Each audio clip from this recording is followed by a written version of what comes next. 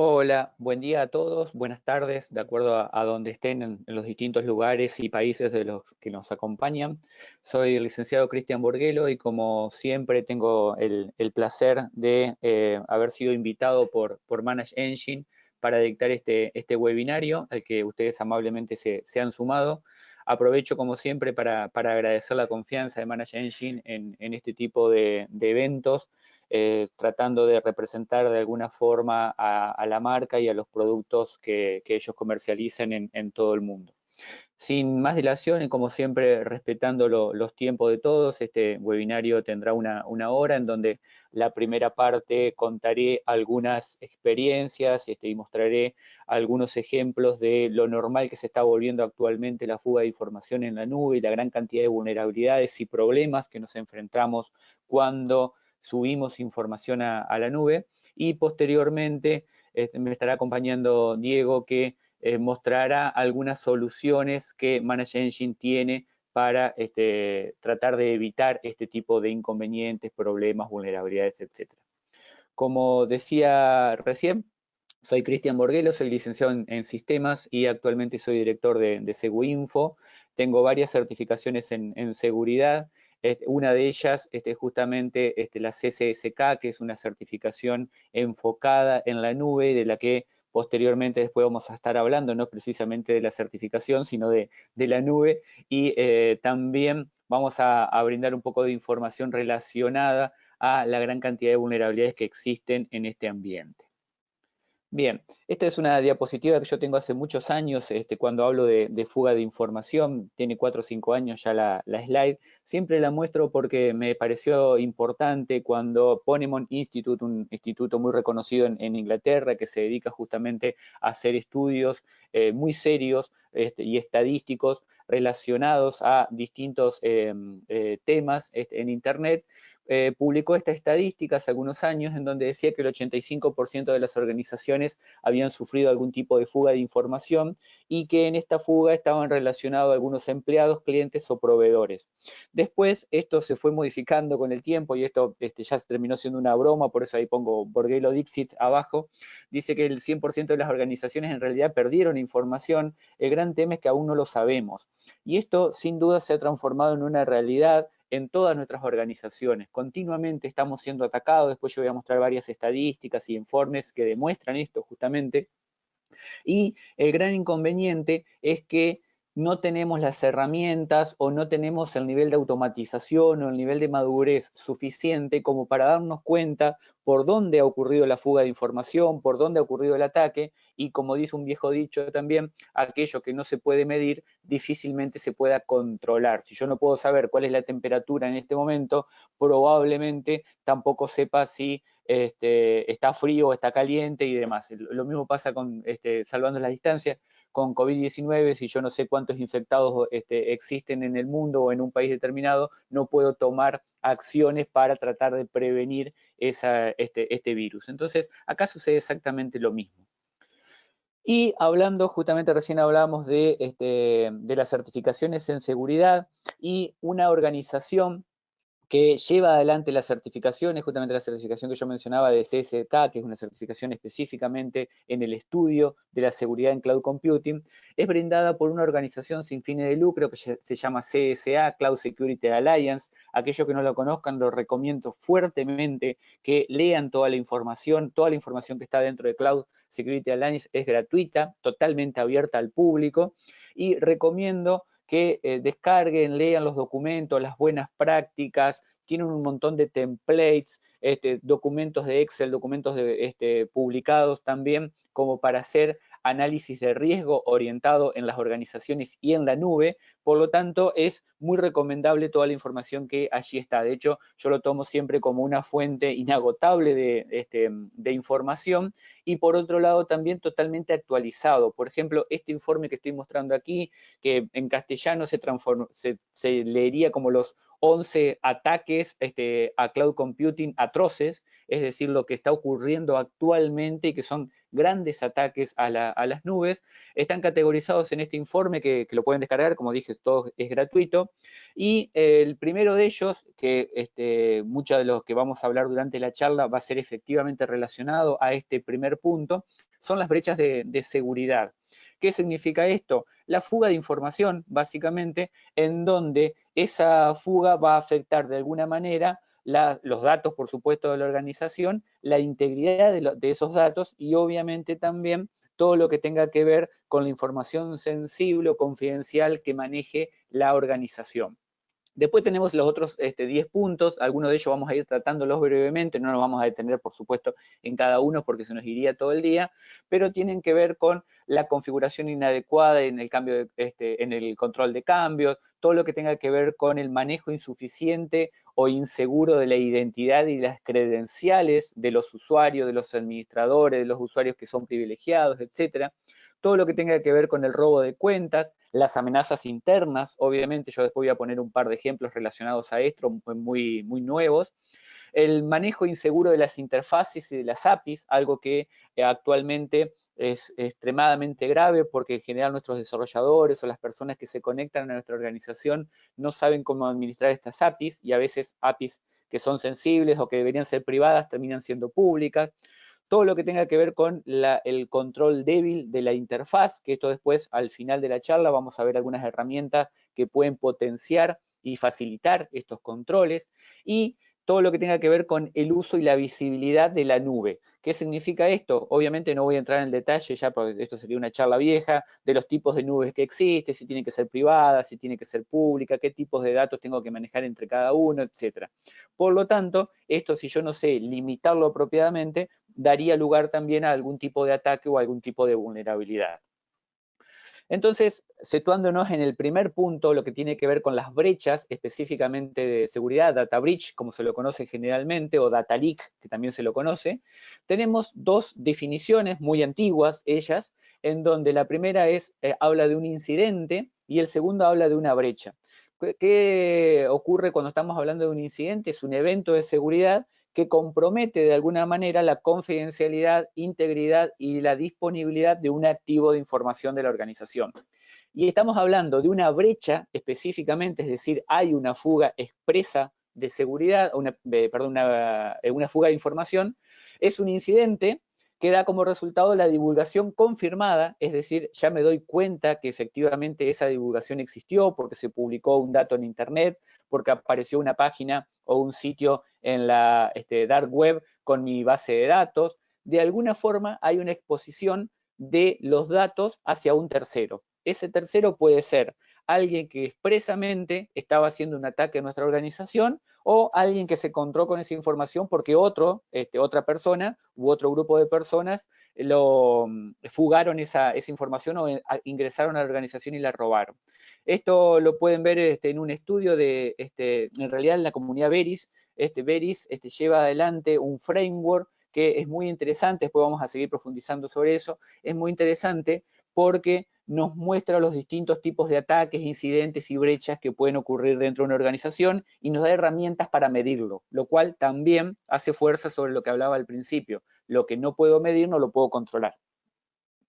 Bueno, el incidente entonces, como decíamos, es un no deseado en este caso, lo que hace es poner en manos de un tercero, ajeno a la organización, información que es sensible, información que es confidencial y que solamente debería estar disponible para los integrantes de la organización.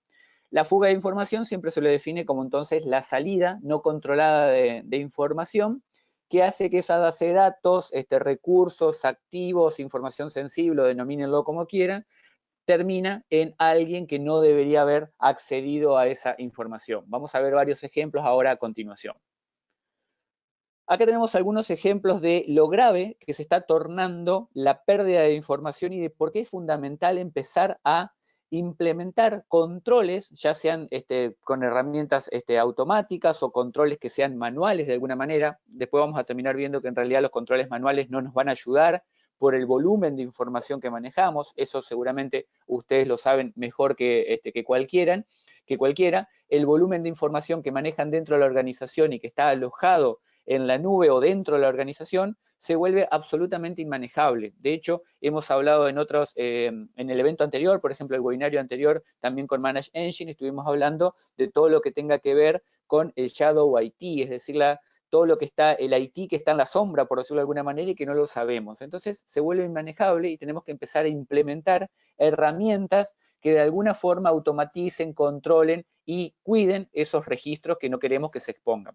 Acá tenemos una estadística, por ejemplo, en los primeros 9 meses del 2019 se reportaron 5.000 infracciones con 7.000 o casi 8.000 millones de registros expuestos. ¿Qué significa esto? Base de datos nuestras, de nuestras organizaciones, que fueron expuestos en Internet. Obviamente todo esto está publicado, los estudios lo pueden ver ahí en el enlace que pongo. Este año se podría llegar a 8,5 mil millones de registros perdidos, porque eso es información que se pierde en Internet, o que alguien está utilizando en nuestra contra, lo cual es peor aún. Y en comparación con el año anterior, con el 2018, estas infracciones aumentaron casi el doble. ¿Qué significa esto? Que más información nosotros publicamos en Internet o ponemos disponible en una nube, por más que esa nube debería ser privada, más es el aumento de la exposición. ¿Esto es por qué? Porque la nube tiene un montón de ventajas, no voy a venir a contar ahora las miles de ventajas que tiene la nube, pero adicionalmente también tiene riesgos, y si no sabemos controlar esos riesgos adecuadamente, termina pasando esto que vemos en pantalla, el doble de la cantidad de registros expuestos en Internet por falta de controles. Por otro lado, tenemos el cibercrimen, que esta estadística también es en el 2017 una empresa predijo, después de un estudio muy amplio, que se puede ver ahí también en el enlace, predijo que para el 2021, para el año que viene, el cibercrimen costaría 6 trillones anuales de dólares, ¿sí? Lo cual significa el doble del 2015, es decir, en 5 años duplicamos la cantidad de dinero que el cibercrimen hace costar a las organizaciones, es decir, información de alguna forma perdida y dinero, por supuesto, porque la información se traduce en dinero, esto no lo tengo que aclarar, que estamos perdiendo por culpa del cibercrimen. Obviamente cada vez hay más cibercriminales, ciberdelincuentes en Internet, cada vez ganan más y obviamente también los frutos son cada vez mayores porque nosotros exponemos nuestra información y a veces incluso se la dejamos hasta regalada. Y si lo comparamos, por ejemplo, con todo lo que tenga que ver con el comercio ilegal de drogas, con el narcotráfico o cualquier tipo de comercialización de drogas ilegales, esto representa la mayor transferencia económica de la historia y terminamos descubriendo, no descubriendo porque esto es algo que ya se sabe hace mucho tiempo, pero que el cibercrimen en realidad es muchísimo más rentable que el narcotráfico. Sin embargo, cuando nosotros prendemos la televisión, vemos mucho más noticias de narcotraficantes y de narcotráfico, lo cual no significa que no sea importante, obviamente no quiero decir eso, pero vemos muy pocas noticias en comparación relacionadas al cibercrimen. Acá tenemos algunas otras, por ejemplo, datos que nos da una idea también comparativa de los últimos 4 o 5 años de la cantidad de reclamos que ha habido por cibercrimen y la cantidad de información que se ha perdido en Internet o que se ha robado y la cantidad de dinero que cuesta esto. Yo siempre esto lo aclaro por las dudas en medio entre paréntesis, no significa que esos números sean exactos ni nada por el estilo. Lo que sí sirve es la comparación.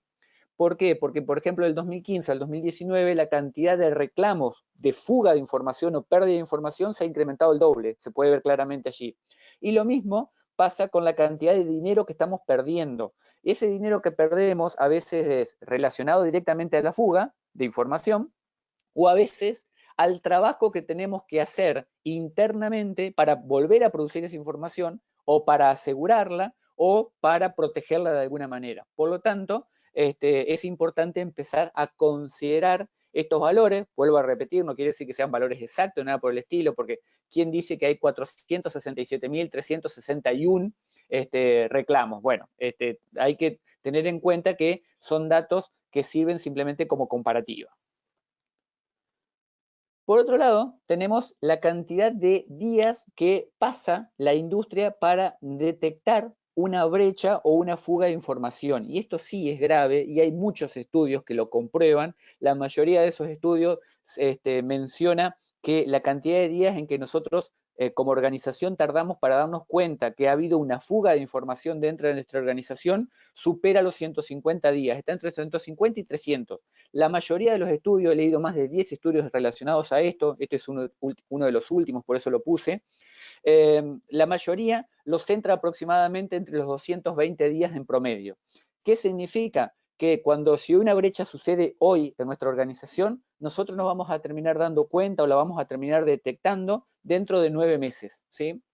Yo siempre digo medio en broma que parece un parto esto, pero efectivamente es así. Pasan 9 meses para que nosotros nos demos cuenta de que nuestra información, nuestros datos y la información que nosotros queremos protegida, en realidad ha sido vulnerada.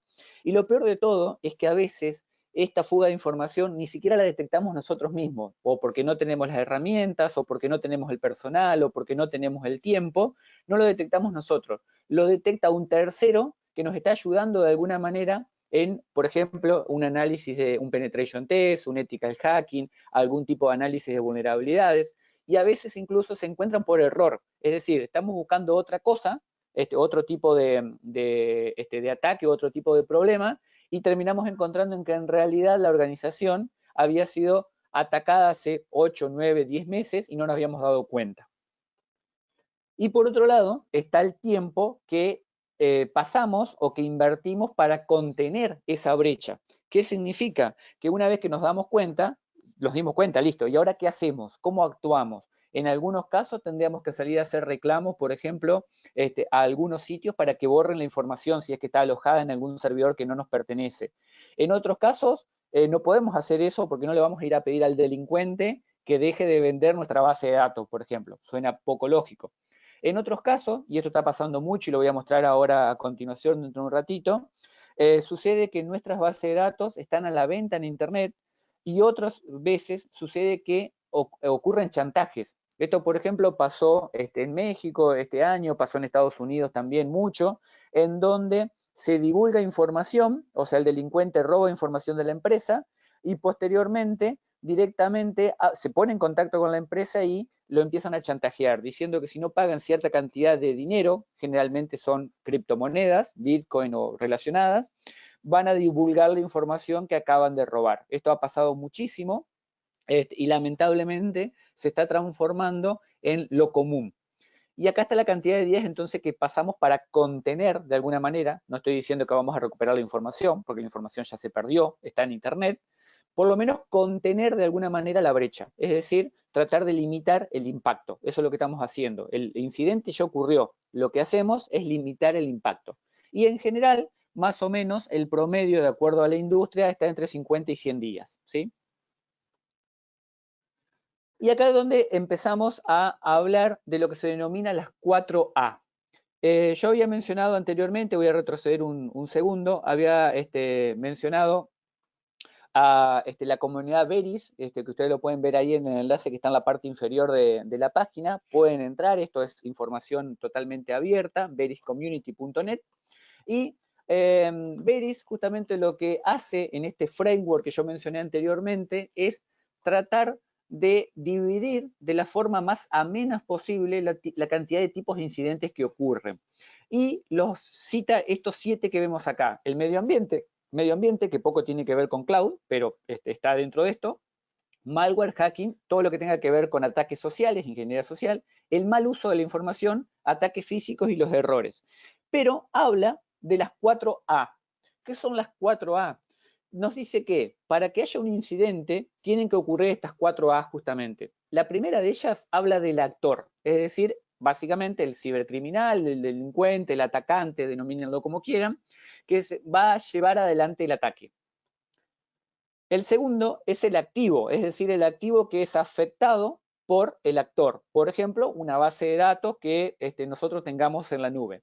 La tercera A es la acción que se lleva adelante. Por ejemplo, acceder a un servidor y copiarse la información, encriptarla, algo que por supuesto también está de moda actualmente con los ataques de ransomware, encriptarla de alguna manera o directamente borrarla en el caso que quiera hacerlo. Y la cuarta A nos habla del atributo que ha sido afectado, que puede ser la confidencialidad, la integridad y la disponibilidad. Entonces, por ejemplo, si un delincuente accede a una base de datos y encripta la información, en ese caso lo que estuvo afectado fue la integridad y la disponibilidad, porque no vamos a poder acceder y la información fue modificada. Pero si roba la información, lo que estaría afectando es el atributo de confidencialidad. Entonces, con estas 4A podemos analizar efectivamente y eficientemente cómo ocurrió el incidente y tratar de darle un marco también de protección posteriormente.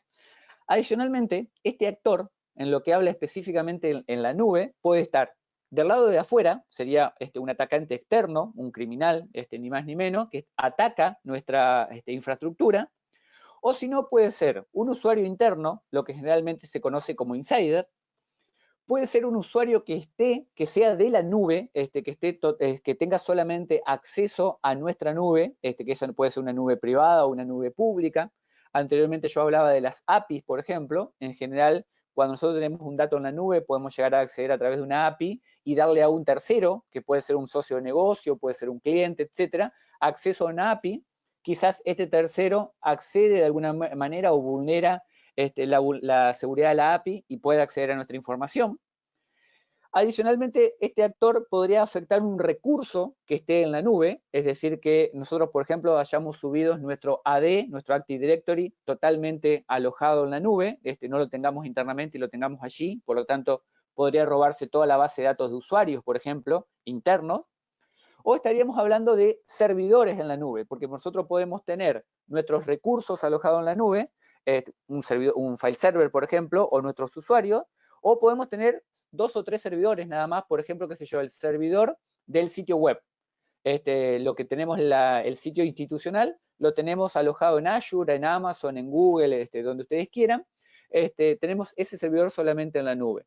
A veces, en general, las organizaciones cuando no tienen mucha confianza en la nube o recién están empezando su nivel de madurez o su migración hacia la nube, dicen, voy a empezar despacito, voy a pasar un servidor primero, después paso el AD, o sea, paso la base de datos de usuario, después migro a todos mis usuarios y todos los recursos los migro a la nube, y después, en realidad, estos 4 cosas que yo veo acá, usuario interno, usuario en la nube, recurso en la nube y servidor en la nube, termina siendo nuestra red completamente en la nube. De hecho, muchas organizaciones actualmente ya no tienen computadoras o redes internas, no existe la LAN como tal, como la conocemos hoy, sino que directamente trabajan 100% en la nube.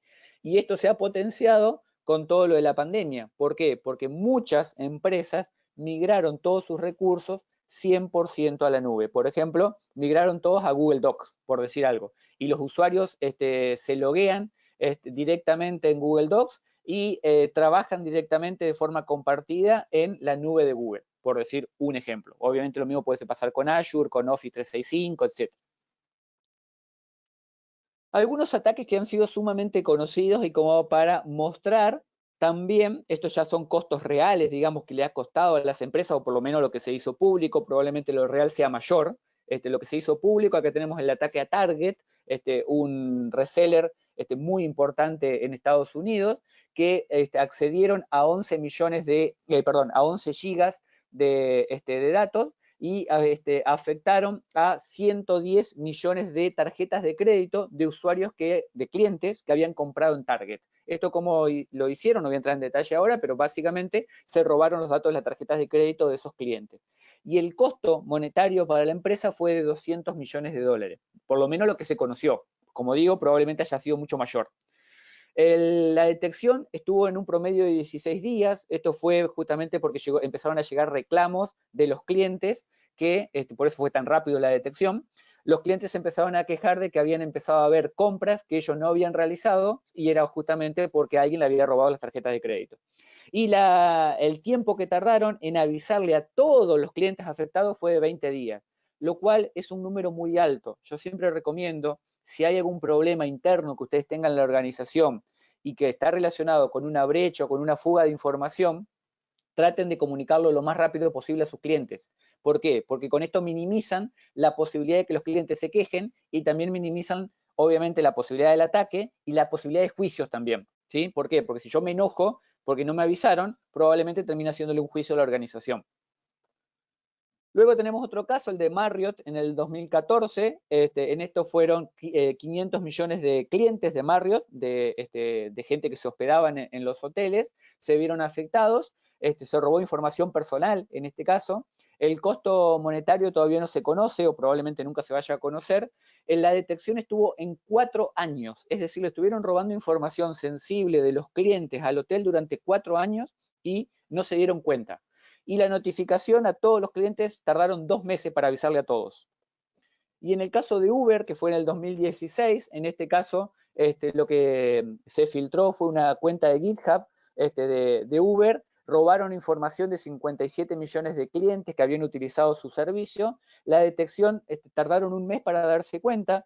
Les costó 150 millones de dólares todo el solucionar el problema. Y la notificación a sus clientes, en este caso ni siquiera les avisaron, tardaron un año para avisarles, ¿sí? En realidad le avisaron porque ya se había hecho público, no era que avisaron, se hizo público y no les quedó otra.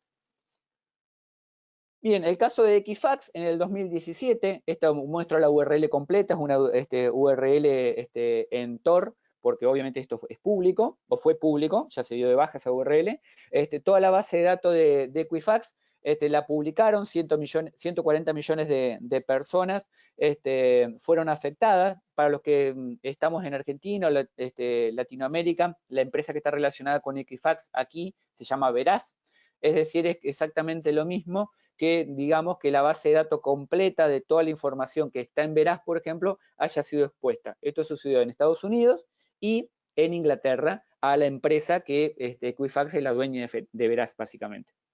Esto porque fue por una falta de parcheo de una vulnerabilidad crítica que ellos no habían aplicado. Si seguimos hablando de brechas de seguridad, les recomiendo este sitio, informationisbeautiful.net. Es un sitio de acceso gratuito, abierto, en donde muestra continuamente, de forma muy simpática, las fugas de información más importantes que está habiendo continuamente en el mundo. Ahí vemos a Facebook, vemos a Capital One, una empresa sumamente grande financiera en el mundo. Vemos Microsoft, bueno, los hoteles Marriott que mencionaba anteriormente, Twitter, todas empresas muy conocidas, muchas de ellas, que han sufrido fuga de información, y ahí después tenemos los detalles de cada uno de los distintos tipos de ataques, brechas que sufrieron, etc. Por otro lado, tenemos los ataques externos, como mencionaba anteriormente, una de las posibilidades es que nos ataquen de afuera. En este caso, esto es una noticia del mes pasado, en donde un delincuente recaudó $1 millón de dólares por robo de información. Este es un informe que está público. Básicamente lo que hacía era atacar distintas organizaciones y a partir de ahí vender esa información. Todo el informe, por supuesto, lo pueden leer sin ningún tipo de problema, pero vemos la cantidad de países que afectaron. De acá, en Latinoamérica, por ejemplo, tenemos Colombia, Chile, El Salvador, Ecuador, Brasil, que fueron afectados, México, que fueron afectados por este delincuente. Como decía, lo que hacía era entrar subrepticiamente a distintas organizaciones, robaba datos, obviamente la mayoría de ellos sensibles, y a partir de ahí después los vendía en el mercado negro. Estuvo trabajando durante bastante tiempo, obviamente, y vemos el potencial que tiene este tipo de delincuentes. A veces, con que no salgan en las noticias, significa que son más peligrosos todavía, porque a veces los que salen en las noticias son a los que encontraron. El problema es todos los que no encontraron y todos los ataques que continuamente estamos sufriendo, como decía al principio, y no nos hemos dado cuenta. Esta persona en particular se dedicaba solamente a ataques de redes corporativas de empresas conocidas en general. Luego tenemos el tema de los exploits. Hoy es un buen día justamente para hablar de exploit. Para aquellos que utilicen Windows y que administren servidores Windows, les recomiendo por favor parchear la vulnerabilidad que Microsoft parcheó ayer, que solucionó ayer. Es una vulnerabilidad que tiene 10 sobre 10 en criticidad. Estamos hablando prácticamente del mismo nivel de ataque que llegó a tener WannaCry en su momento. Por lo tanto, parcheen. Y porque también hay exploits que ya se conocieron ayer a la tarde, exploit para esta vulnerabilidad. Por lo tanto, una buena recomendación que les puedo dar ahora, vayan a parchear cuando termine la charla sus servidores Windows. En este caso estamos hablando de lo que sucede cuando aparece una vulnerabilidad y posteriormente aparecen los exploits. Y en general lo que termina sucediendo es que muchas vulnerabilidades, aparecen muchas, por ejemplo en 2017 aparecen alrededor de 14.000 vulnerabilidades, en el 2018 aparecen alrededor de 8.000 vulnerabilidades, muy pocas de ellas tienen exploit. En general, un porcentaje muy bajo, fíjense que es prácticamente constante las vulnerabilidades que llegan a tener un exploit y un código que es ejecutable y que dañaría de alguna forma a la organización. Pero, por otro lado, ¿qué sucede? Si nosotros tardamos mucho tiempo en solucionar esa vulnerabilidad, por ejemplo, la que acabo de mencionar recién, si tardamos un mes en solucionarla, probablemente por el grado de criticidad que tiene, probablemente alguien la aproveche como para atacarnos. Entonces, es muy importante tener en cuenta el tema del parcheo. Y cuando estamos hablando de servidores en la nube, después lo vamos a ver durante la demo, es más importante todavía.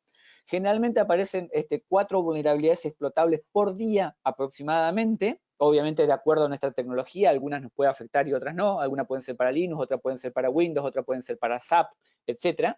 Y el 99% de ellas son explotadas un año después de ser descubierta. ¿Qué significa esto? Que en general los delincuentes lo que hacen es esperar algún tipo de herramienta que sea de fácil utilización, las famosas apuntá y hace clic, ¿sí? Las vulnerabilidades que con un botón yo hago clic y ataco a la organización. Obviamente, el 1% restante es el que nos tiene que preocupar. ¿Por qué? Porque justamente en ese 1% están los atacantes más peligrosos y los que se van a ubicar seguramente en tratar de aprovecharla lo más rápido posible a la vulnerabilidad para tratar de afectarnos de alguna manera. Ni hablar si hay un exploit público como el que acabo de mencionar recién que afecta a los DNS de Windows. Por otro lado, tenemos justamente el problema de las malas configuraciones. Uno de los puntos que yo hablaba en los 11 puntos iniciales cuando arranqué, los 11 puntos críticos tendríamos que ver, uno de ellos son las malas configuraciones. Acá tenemos, por ejemplo, un análisis que nos tocó hacer hace un tiempo a un cliente determinado que utilizaba AWS y los hallazgos que hicimos sobre su infraestructura de nube. Acá podemos ver segundito, que estaban utilizando la cuenta root, por ejemplo, que AWS lo recomienda en todas sus buenas prácticas que no lo usemos, que encima no tenía el múltiple factor de autenticación activado. Por lo tanto, significa que si alguien se logueaba, y si tenía una clave muy sencilla, que también sucedía, después lo vamos a ver, lamentablemente alguien se podía loguear como root a esta cuenta y tomar el control de toda la infraestructura de la nube que tenía esta organización. Uso de identidades genéricas, por ejemplo, el usuario deployment, el usuario Carlos-user, Juan-user, Pedro-user, etc. Por otro lado, cuenta sin doble factor de autenticación, algo que recomiendo fuertemente que hagan. Todo lo que tenga que ver con Access Key que no tenían rotación, es decir, no cambiaban en ningún momento las key de AWS. Una política de contraseña débil, tenía una política que no obligaba al cambio, no tenía ningún mínimo requerido, no tenía símbolos, etcétera, lo que ya sabemos, no voy a explicar eso aquí ahora. Y por otro lado, las key, las API key, como mencionaba anteriormente, existían dos API key para la misma identidad. Por ejemplo, decir una persona que utilizaba varias API key, esto no necesariamente está mal, pero hay que tenerlo en cuidado. ¿Por qué? Porque si tenemos muchas API key para una entidad, eso puede generar algún inconveniente de administración o de ingreso no autorizado y no nos dimos cuenta, ¿sí? Entonces, estos son simplemente algunos ejemplos, 5 o 6 ejemplos de malas configuraciones de AWS. El mismo ejercicio lo podemos hacer con Azure, con Google, con la nube que ustedes quieran.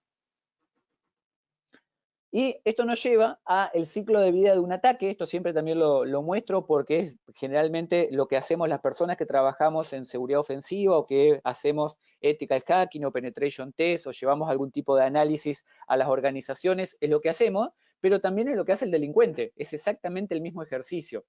Que todo eso lleva a lo que se denomina justamente lo que hablamos al principio, la fuga de información. Lo primero que vamos a hacer es el reconocimiento de la red o de la organización para ver hasta dónde podemos llegar y qué es lo que necesitamos conocer para hacer el ataque. Luego vamos a hacer un compromiso inicial, esto podría ser mandarle un correo electrónico, ingeniería social a alguna persona del staff de la organización. Vamos a tratar de obtener algún punto de apoyo, por ejemplo, ubicarnos en un servidor o en un equipo que a partir de ahí nos permita escalar privilegios y acceder a recursos más críticos y cada vez más críticos de la organización. Y finalmente vamos a empezar un circuito de empezar a movernos lateralmente, es decir, de servidor en servidor, hacer un reconocimiento interno, tratar de ir manteniendo y tener cada vez más puntos de apoyo y cada vez más servidores controlados, y a partir de ahí vamos a empezar a fugar información, podemos hacer un ataque de encriptar los servidores, robar la información y posteriormente hacer un chantaje, etcétera, etcétera. En algún momento, obviamente, la operación va a terminar, ya sea por las buenas o por las malas, porque alguien lo detectó y no sucedió nada, o porque el atacante, que muchas veces esto ocurre lamentablemente, el atacante termina teniendo éxito y alguno de todos los puntos, o todos los puntos en realidad, los llevaron a que fugue información.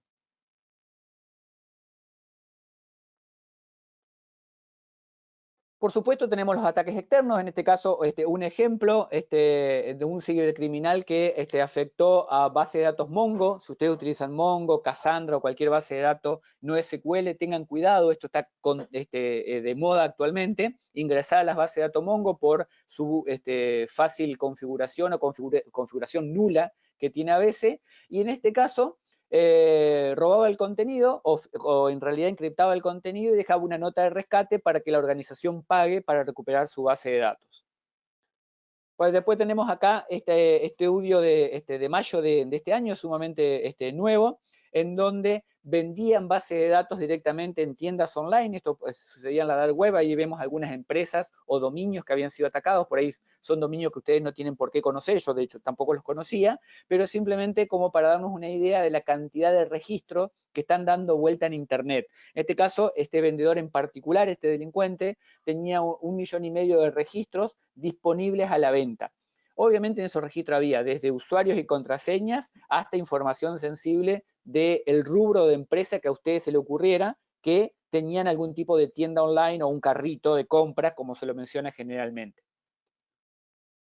Después tenemos, así como tenemos los ataques externos y los delincuentes que mencionaba al principio, tenemos los ataques internos.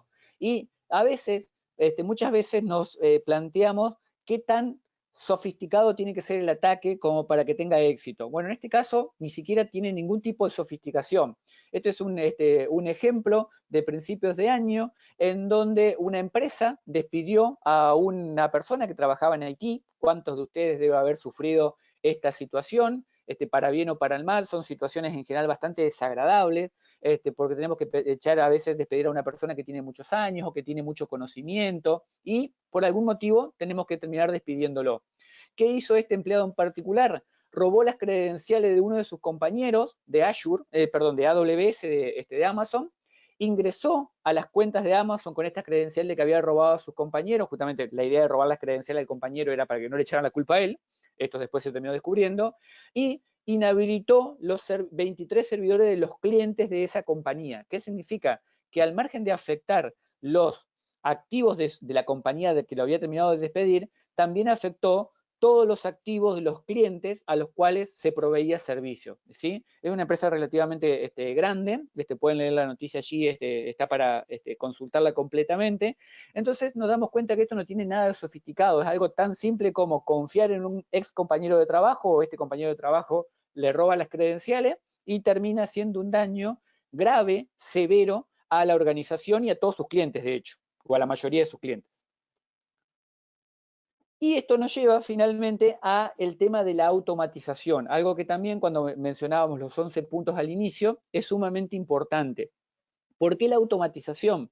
Porque en general realizar todas las tareas, la gran cantidad de tareas que nos involucraría tratar de controlar los riesgos que tiene la nube, el tamaño y la cantidad de datos que manejamos en la nube, como dije hoy durante la charla, manejarlo de forma manual se vuelve extremadamente tedioso y probablemente no lo podamos hacer con todos los datos.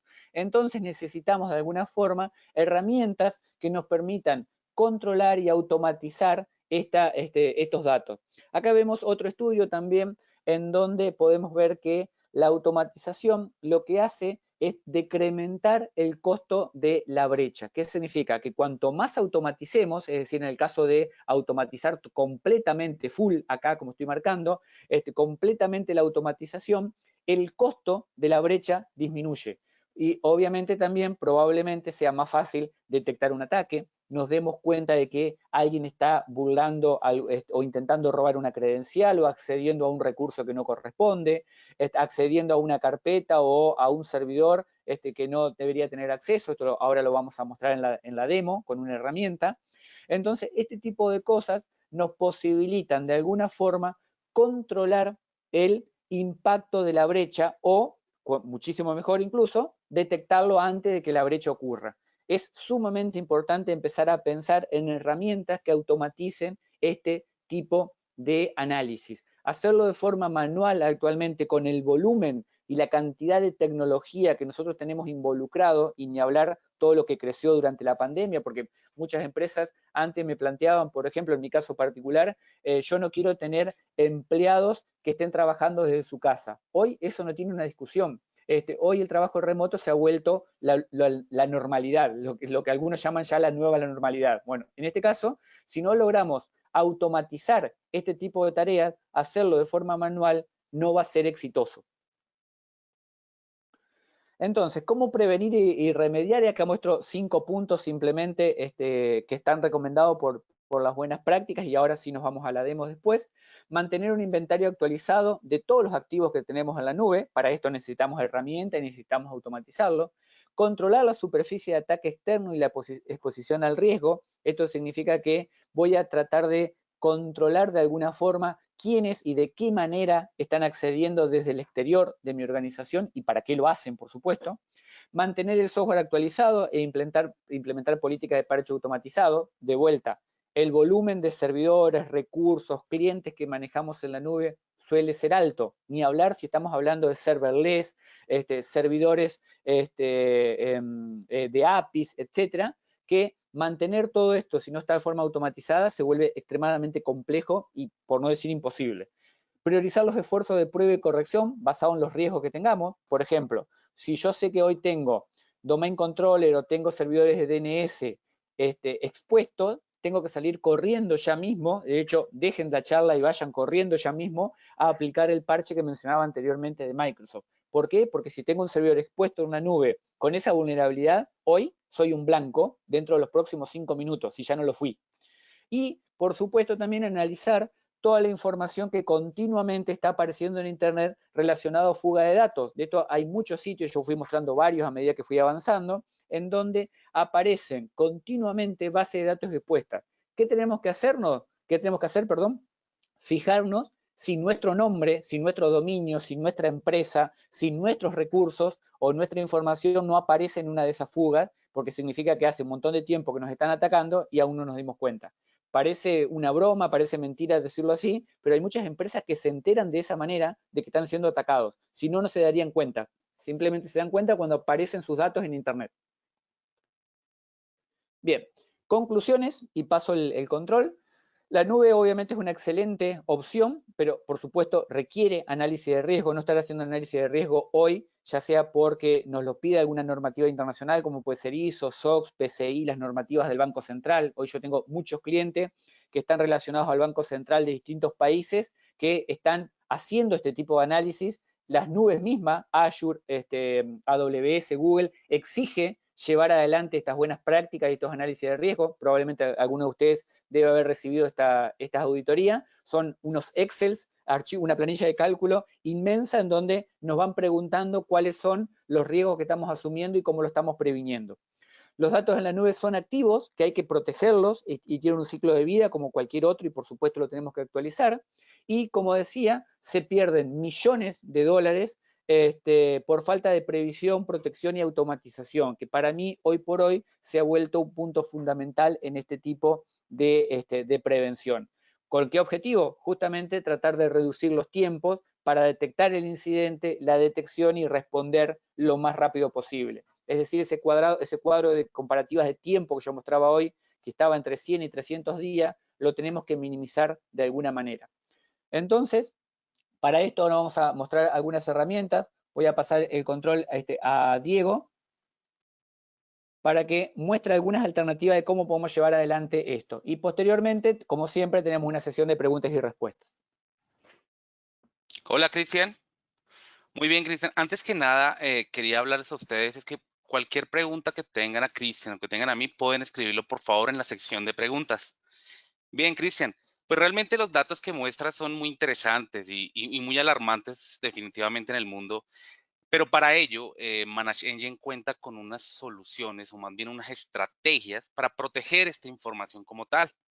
Ahora bien, nosotros en Manage Engine la dividimos como prácticas, como buenas prácticas. Entonces, una primera práctica, como lo que debemos empezar, es un descubrimiento de los datos confidenciales. ¿Cómo empezar a descubrir? Yo primero tengo que descubrir lo que tengo en mi infraestructura para poderlo controlar. Entonces, eso es muy interesante. ¿Qué tipo de información debemos nosotros empezar a buscar? Estos datos confidenciales como cuáles, por ejemplo, tarjetas de crédito. Si en nuestra organización se necesita tener información acorde a tarjetas de crédito, entonces es importante protegerla. Empezar a descubrir dónde se encuentra esta información confidencial, como tarjetas de crédito, por ejemplo, como números de cédulas de ciudadanía, números de los pases de los carros, por ejemplo, o bien sea alguna información adicional como crear políticas, por ejemplo, de mediante keywords donde yo pueda generar una palabra, donde yo pueda agregar una palabra donde por ejemplo, en mi infraestructura, todos los archivos confidenciales contienen la palabra confidencial. Entonces, yo ya sé que esos archivos son confidenciales en mi organización. Entonces, con base a eso, puedo crear políticas con el fin de encontrar dónde están esos archivos y qué política ha sido violada. Esto es muy interesante porque podemos encontrar una política de violación de información confidencial donde yo pueda identificar en qué servidor y en qué locación se encuentra un archivo con la palabra confidencial. Entonces, aquí, en esta primera práctica, es el descubrimiento de los datos confidenciales. ¿Dónde están esos datos en mi organización? Ahora, como segunda práctica es la clasificación de los datos. ¿Qué se realiza con esto? Básicamente es poder clasificar mis datos, bien sea públicos, bien sea internos, sensitivos o restrictivos. Entonces, básicamente es poder controlar y poder empezar a revisar la clasificación de mi información. Entonces, aquí estamos haciendo un inventario y estamos clasificando nuestra información. Ahora, como tercera práctica importante también es ya la creación de las políticas. Una vez descubiertos los datos confidenciales y clasificando estos, pues empezamos a crear políticas. ¿Cómo qué tipo de políticas? Como por ejemplo, podemos ver que esta información confidencial no se extraiga mediante una USB, donde podamos generar políticas a los archivos clasificados, por ejemplo, como restrictivos, que automáticamente no se vayan, que bloquee la USB. Entonces ya estamos protegiendo esa información para que no tenga movimientos, para que un usuario llegue y agregue estos datos en una USB, por ejemplo. O también podemos hacer políticas como por ejemplo de que no se pueda copiar, de que un archivo no se pueda copiar, como por ejemplo encontrar un archivo confidencial, dar clic en copiar y automáticamente no me deje copiar, no me deje absolutamente hacer nada con este archivo, con esta información que es confidencial. Eso es muy interesante. Ahora, también hablar de políticas a nivel de ransomware. Ya sabemos que el ransomware es muy lucrativo hoy en día, de hecho más que el narcotráfico, donde podamos crear políticas y descubramos estos datos que puedan ser un ransomware para prevenir esta fuga de información y este secuestro de mi información. Esto es muy interesante también, poderlo controlar como tal con mis políticas.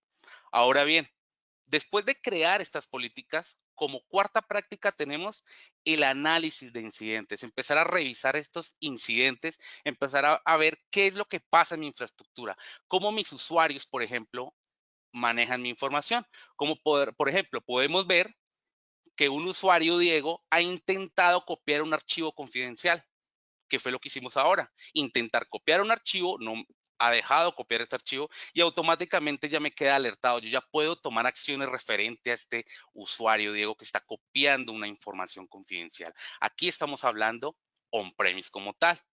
Entonces, esto es importante tenerlo presente para poder hacer esos análisis y poder generar estas brechas de seguridad y poder tener esa visibilidad y anticiparnos ante una pérdida de información. Ahora, protejamos esta información confidencial hacia la nube como una quinta práctica. Entonces, básicamente, Manage Engine cuenta con algo muy similar a un CASB como tal. No es el 100% CASB, pero puede ayudar a contrarrestar este tipo de pérdida de información como tal. Como por ejemplo, podemos identificar qué archivos se han subido a la nube o han intentado ir a esa nube. Por ejemplo, podemos encontrar de nuestros reportes un archivo donde hay un actor que ha intentado subir un archivo llamado FortiClient. ¿Por dónde? Por SharePoint. Ha intentado extraer esa información hacia la nube. Ahora, podemos ver también como, por ejemplo, documentación o más bien reportería de correos como tal, donde podemos encontrar que se han enviado correos, que se enviaron estos tipos de archivos hacia la nube, hacia este Outlook como tal. Entonces, ahí es donde podemos encontrar esta fuga de información o este intento de fuga de información. Ahora, ¿cómo puedo contrarrestar esto? Básicamente yo ingreso desde mi dispositivo, desde mi endpoint, desde mi servidor, y automáticamente yo puedo banear las aplicaciones, donde yo puedo bloquear estas aplicaciones hacia los usuarios para que no extraigan información. Ahora, es muy importante, y lo que decía Cristian hace un momento, es estas aplicaciones shadow, todo esto shadow, esto que no conocemos, esta sombra, pues es importante descubrir qué es shadow, descubrir cuáles son mis aplicaciones shadow para así evitar esta fuga de información y bloquear automáticamente estas APs para que no me extraigan información. Entonces, es una forma de empezar a generar una estrategia con base en las soluciones con base en buenas prácticas de seguridad para evitar aparecer en los reportes que mostró Cristian ahora. Entonces, esto es muy interesante. Ahora, vamos a la nube. La información de la nube, como por ejemplo podemos encontrar información y podemos ver ese tracking de qué es lo que está pasando con la información que yo tengo en mi infraestructura como nube. Como por ejemplo poder entender qué archivos han sido descargados de mi nube y quién lo hizo.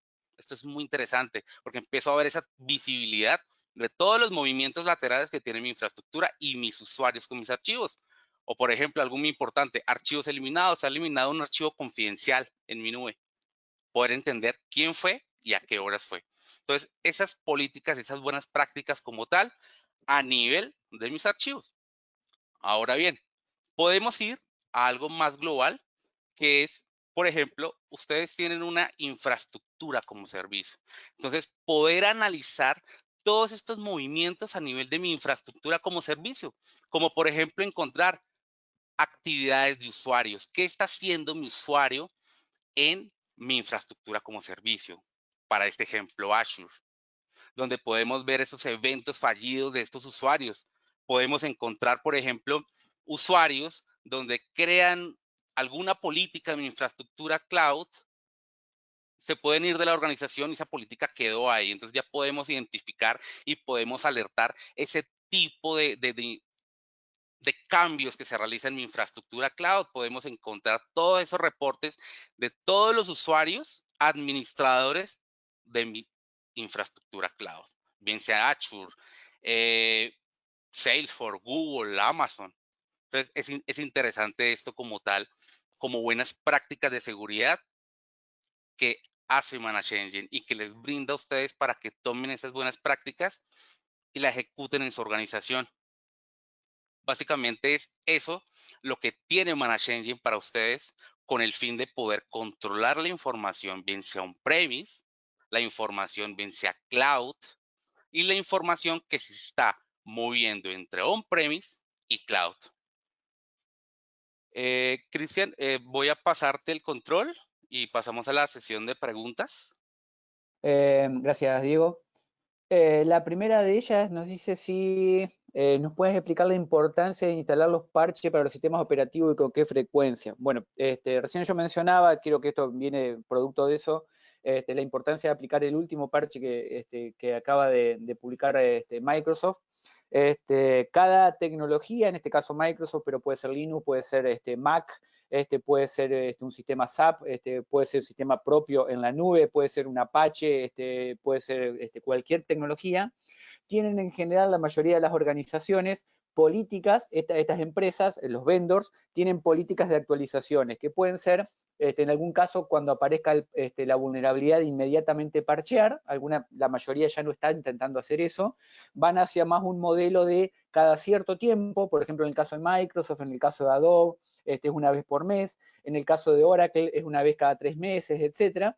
Y entonces lo que hay que informarse es, de acuerdo a nuestra tecnología, cuándo sale el parche y en base a eso planificar cuándo yo voy a parchear. Por ejemplo, Microsoft parchea el segundo martes de cada mes, lanza las actualizaciones. Entonces yo puedo tener un plan de trabajo, por ejemplo, para esta semana, que coincidió con el segundo martes de cada mes, que fue ayer, para esta semana tener un plan de trabajo para ver cuándo yo voy a parchear mis servidores o mi infraestructura de Microsoft.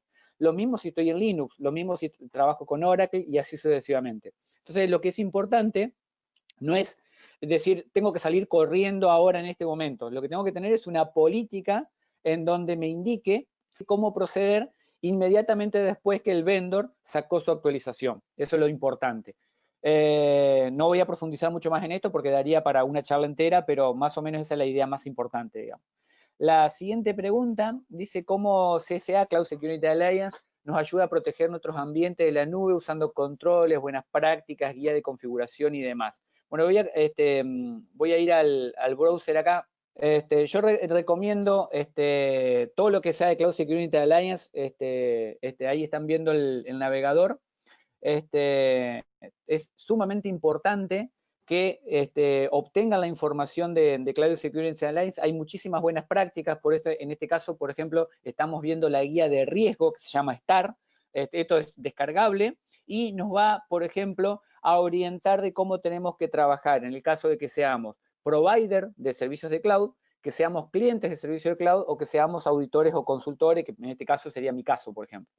Y también está otra guía muy importante, la guía de controles. Esta guía de controles es una gran planilla de cálculo, acá podemos ver un detalle nada más, en donde nos ofrece una forma que, dividido en distinta cantidad de dominios, que en el caso de CCM son 13 dominios, nos va a ir guiando sobre cuáles son los controles que tenemos que aplicar en nuestra infraestructura o en nuestra nube, y todo esto aparte lo vamos a poder mapear con otros controles como los que yo mencioné, por ejemplo, durante la charla, en el caso de ISO, bueno, COVID, PCI, NIS, etcétera. ¿Qué significa? Que a medida que nosotros vayamos aplicando controles de acuerdo a los dominios que nos van señalando en la Cloud Control Matrix, en la CCM de Cloud Security Alliance, vamos a poder ir aparte mapeando esos controles con otras buenas prácticas y frameworks que existen en el mercado. Por lo tanto,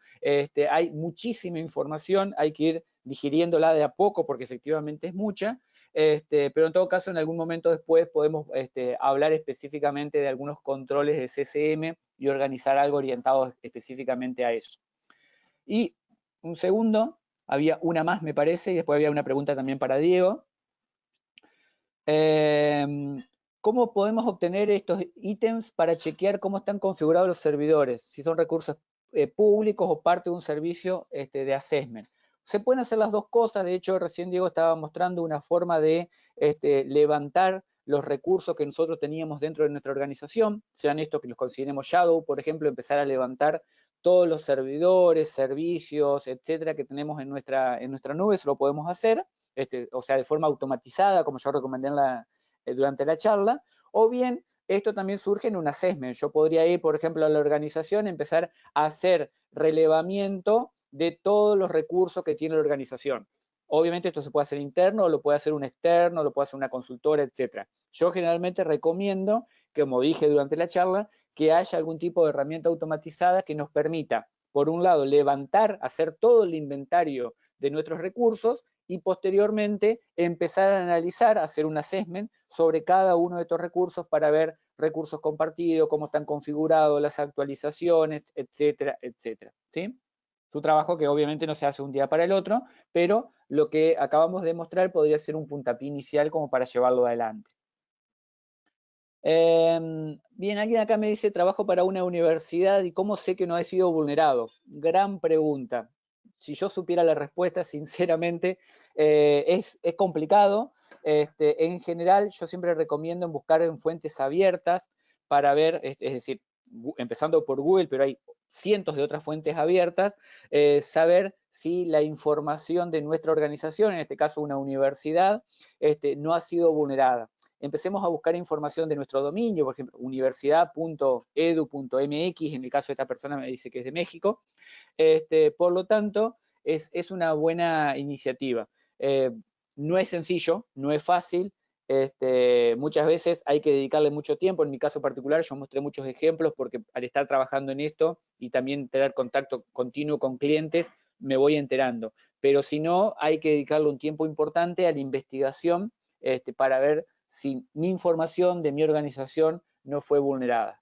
Perdón por no darte una respuesta más exacta, pero lamentablemente no la tengo.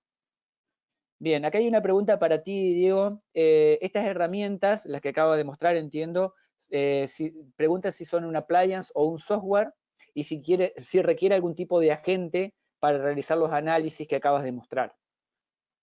Claro que sí. Todas nuestras soluciones de Managed Engine son con base en software. Nosotros no manejamos appliance como tal. Ninguna solución de Managed Engine es con appliance. Simplemente es software. Ahora, el tema de los agentes, sí, efectivamente se requiere, es mandatorio instalar un agente para poder hacer todo este tracking de la información. Esta solución funciona hasta hoy, funciona para Windows, para todos mis dispositivos Windows como tal. Bien, aquí hay otra más. Dice que si la solución funciona, si no se contaría con una D, con un Active Directory, funcionaría igual. Pues realmente se necesita el Active Directory, porque es que yo traigo todas las políticas y traigo toda la configuración de estos dispositivos.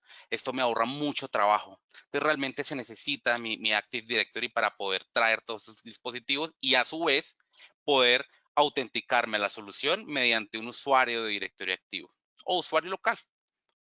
Bien, sí, es una buena recomendación. Yo agrego una pequeña, un poquito más de info con respecto a eso.